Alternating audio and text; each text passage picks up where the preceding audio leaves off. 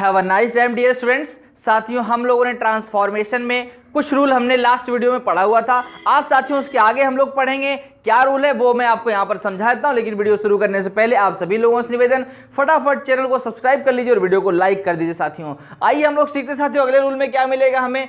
अगले रूल में दिया गया साथियों, यदि adverb two plus adjective plus साथ में नॉट के साथ इन्फिनिटिव टू दिया हो, यानी जो इन्फिनिटिव टू दिया होगा उसके पहले अगर नॉट लगा होगा साथियों, तो ट्रांसफॉर्मेशन करते समय नॉट को हटा देते हैं। यानी आप लोग अभी इसके पहले अगर आप लोग रिमेंबर करें, याद करें साथियों, तो इसके पहले आपको जो दिया गया सेंटेंस होता था उसमें एडवर्ब टू होता था प्लस एडजेक्टिव प्लस सीधा टू होता था, तो उस सेंटेंस में नॉट नहीं होता था। उस सेंटेंस में हमें दिए गए सेंटेंस में नॉट नहीं मिलता था। तो जब हम उसे ट्रांसफॉर्म करते थे तो हम जो सेंटेंस को ट्रांसफॉर्म करते थे उस सेंटेंस में हम नॉट लगाते थे। लेकिन यहां पर जिस सेंटेंस में साथियों आपको नॉट पहले से दिया होगा उस सेंटेंस में से हम नॉट को हटा देंगे। ये ट्रांसफॉर्मेशन का रूल है। और एक्चुअली ऐसा क्यों होता है? क्योंकि साथियों जो एडवर्ब टू होता है ना, इसका सेंस हमेशा नेगेटिव के ही भाव में आता है। इस वजह से इस नेगेटिव सेंस को हटाने के लिए यहां पर हम लोग क्या करते हैं, नॉट लगाते हैं साथियों। जैसे लोहे लोहे को काटता है उसी प्रकार से यहां पर नॉट नॉट को काटेगा। यानी जो नेगेटिव सेंस है उसको हटाने के लिए क्या लगाना पड़ेगा, नॉट लगाना पड़ेगा। और वहां पर एडवर्ब टू दिया होता था, लेकिन वहां पर जो सेंटेंस होता साथियों, वहां पर जो एडवर्ब टू दिया होता था उसके साथ हम लोग सेंटेंस जब ट्रांसफॉर्म करते थे नॉट लगाते थे, क्योंकि वहां पर साथियों पहले से नॉट नहीं दिया होता था। तो यहां पर जब भी आपको सेंटेंस में नॉट मिलेगा तो आप जब ट्रांसफॉर्मेशन करेंगे तो साथियों उसमें नॉट का यूज नहीं करेंगे। और अगर आपको सेंटेंस से पहले से नॉट नहीं दिया है तो ट्रांसफॉर्मेशन करते समय नॉट अवश्य लगाएंगे। आइए हम लोग एग्जांपल के माध्यम से समझते साथियों कि अगर नॉट दिया होगा तो कैसे चेंज करेंगे। यहां पर लिखा है he is too strong not to defend himself. कहते हैं साथियों ही इज टू स्ट्रॉन्ग, बहुत ज्यादा मजबूत है टू डिफेंड हिमसेल्फ, अपनी सुरक्षा करने के लिए। यहां पर देखो नॉट तो लगा तो है साथियों, लेकिन हम इसको हिंदी अर्थ में बताएंगे नहीं, क्योंकि इसका भाव जो है साथियों वो नेगेटिव को पहले ही समाप्त कर दे रहा है, इसलिए इसका भाव हम लोग हिंदी में नहीं बता सकते। तो यहां पर कहा गया साथियों he is too strong not to defend himself. कहते हैं साथियों बहुत ज्यादा मजबूत है खुद की सुरक्षा के लिए, यानी वो खुद की सुरक्षा कर सकता है। तो यहां पर साथियों जैसे हम लोग टू को चेंज करते थे सो में, तो ही इज सो स्ट्रॉन्ग, यहां पर जैसे हम लोग वहां पर दैट लगाते थे यहां पर भी दैट लगाएंगे। उसके पश्चात एक प्रोनाउन लिखेंगे जो कि आपका सेंटेंस अकॉर्डिंग होगा। यहां पर आपने ही लिख लिया, उसके बाद आपको कैन या कुड लगाना ही पड़ता था। प्रेजेंट होगा तो कैन लगाएंगे, पास्ट होगा तो कुड लगाएंगे। उसके बाद यहां पर सेंटेंस जब नॉट नहीं था तो हम यहां पर कैन या कुड के साथ नॉट लगाते थे, लेकिन यहां पर नॉट दिया साथी, इसलिए हम लोग क्या करेंगे, नॉट को इग्नोर करेंगे। ही कैन डिफेंड हिमसेल्फ हम लोग ऐसा करके कंप्लीट कर देंगे साथियों। यहां पर हो जाएगा ही इज सो स्ट्रॉन्ग, वो बहुत ज्यादा मजबूत है, इतना मजबूत है कि वो अपनी सुरक्षा कर सकता है।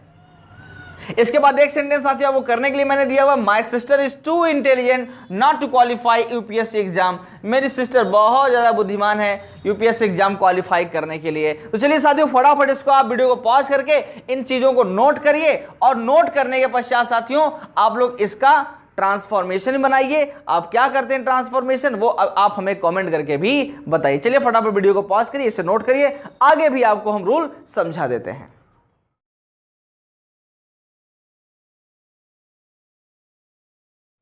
तो आइए साथियों अगला रूल भी देख लेते हैं। अगला रूल क्या है साथियों? अगला रूल है यदि वाक्य का कर्ता इट अथवा बेजानदार हो, वाक्य का कर्ता चाहे इट हो चाहे बेजानदार हो साथियों, तो कहते हैं उसके साथ अगर फॉर प्लस ऑब्जेक्टिव केस है, फॉर प्लस ऑब्जेक्टिव केस जैसे for me, for us, for you, for him, for her, for them, ऐसा अगर आया हो तो साथियों इन सभी को क्या करते हैं, सब्जेक्टिव केस में बदल देंगे। यानी फॉर के साथ जो ऑब्जेक्टिव केस है इन दोनों को मिला करके उस जो ऑब्जेक्टिव केस है उसी के सब्जेक्टिव केस में बदल देंगे साथियों। और कहां लिखेंगे इसको, जहां पर हम दैट के पश्चात एक प्रोनाउन लिखते थे उसी स्थान पर साथियों इनको लिखना होगा। आइए आपको एग्जाम्पल के माध्यम समझाते हैं। जैसे the tea is too hot for me to drink, कहते हैं जो चाय है वो बहुत ज्यादा गर्म है, फॉर मी मेरे लिए, टू ड्रिंक पीने के लिए, कहते हैं मेरे पीने के लिए यह जो चाय है ये बहुत ज्यादा गर्म है। आपका सब्जेक्ट क्या हो गया, ये निर्जीव हो गया, बेजानदार हो गया। तो साथियों इसके लिए क्या करेंगे, द टी इज, जैसे हम टू को सो में चेंज करते वैसा ही करेंगे। एडजेक्टिव लिख लिया, अब आपको पता है यहां पर दैट लगाना पड़ता है एडजेक्टिव पश्चात। अब यहां पर फॉर भी आएगा, और फॉर में किस में चेंज करेंगे, सब्जेक्ट केस आई में चेंज करते साथियों। और देखिए यहां पर इन्फिनिटी टू तो दिया है लेकिन इसके पहले नॉट नहीं दिया साथियों, तो यानी नॉट नहीं दिया तो इस इन्फिनिटी टू के स्थान पे हमको क्या करना पड़ेगा, नॉट लगाना पड़ेगा। कैन नॉट या कुड नॉट को हमको लगाना पड़ेगा। अब हमारा टेंस जो है वो प्रेजेंट टेंस, इसलिए हमने यहां पर क्या किया, कैन नॉट का प्रयोग कर दिया साथियों। और यहां पर अगर नॉट लगा होता तो हम केवल कैन का प्रयोग करते, नॉट का प्रयोग नहीं करते। आप पिछले रूल में भी आपने पढ़ा कि अगर नॉट होगा तो नॉट नहीं लिखा जाएगा और अगर नॉट नहीं दिया है तो नॉट लिखा जाएगा। यहां पर इन्फिनिटी टू के स्थान पे साथियों हम लोग कैन नॉट या कुड नॉट का यूज करते हैं। यहां पर इन्फिनिटी टू का स्थान हमने क्या कर दिया, कैन नॉट ड्रिंक कर दिया। अब आइए इसका मीनिंग निकालते हैं। The tea is so hot, चाय इतना गर्म है कि आई कैन नॉट ड्रिंक, मैं इसे पी नहीं सकता। तो हो गया साथियों। अगला सेंटेंस क्या है, it is too cold for them, उन लोगों के लिए बहुत ज्यादा ठंड है, टू गो आउट, बाहर जाने के लिए, उन लोगों को बाहर जाने के लिए बहुत ज्यादा ठंड है। देखिए अब सब्जेक्ट की शुरुआत किससे हो गई, सब्जेक्ट जो है आपका वो इट हो गया। तो साथियों इस सेंटेंस को क्या करें, वीडियो पॉज करिए, पूरा नोट करिए। पूरा नोट करने के पश्चात साथियों इसका आप ट्रांसफॉर्मेशन करिए और क्या आपने ट्रांसफॉर्मेशन किया वो कमेंट करके हमको बताइए। आगे एक रूल आपको और समझा करके वीडियो की समाप्ति करेंगे। तो चलिए वीडियो पॉज करके फटाफट इसे नोट कर लीजिए साथियों।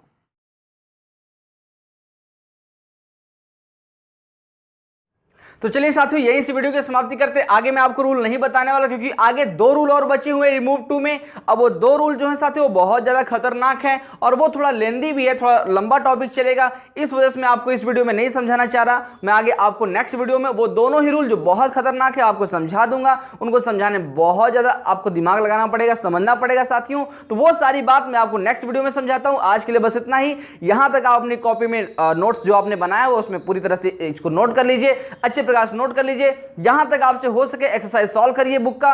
और साथियों बने रहिए क्रिश इंग्लिश क्लासेस चैनल पर।